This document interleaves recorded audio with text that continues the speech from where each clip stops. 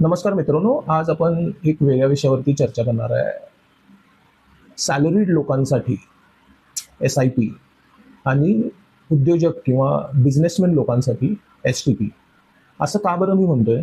तर त्याच्या मागचं कारण हे आहे की सॅलरीड लोकांना माहीत असतं की त्यांच्या अकाउंटला पैसे कधी येणार आहे, कुठल्या तारखेला येणार आहे, आणि मग ते त्यांची SIP किंवा त्यांची इन्व्हेस्टमेंट त्या तारखेला प्लॅन करू शकतात.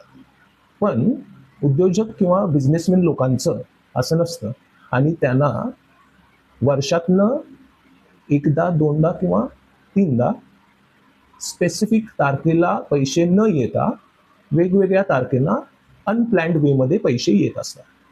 आणि मग जर बिझनेसमॅन लोकांना सिस्टमॅटिकली इन्व्हेस्ट करायचं असेल तर मग SIPचा मार्ग योग्य ठरत नाही.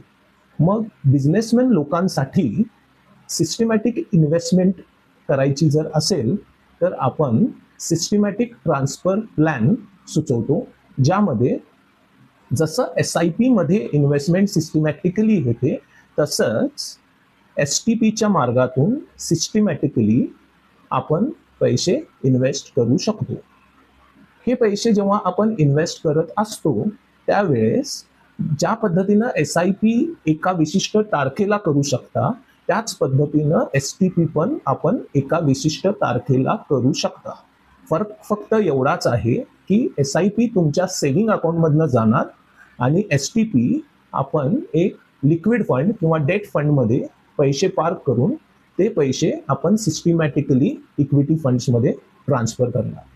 ज्या पद्धतीनं तुम्ही डेली SIP करू शकता त्याच पद्धतीनं तुम्ही डेली STP करू शकता. SIP आणि STP बद्दल अधिक माहिती जाणून घेण्यासाठी आमच्या खाली दिलेल्या नंबरवर संपर्क साधा आणि आपल्यासाठी काय स्ट्रॅटेजी योग्य राहील हे जाणून घ्या. धन्यवाद.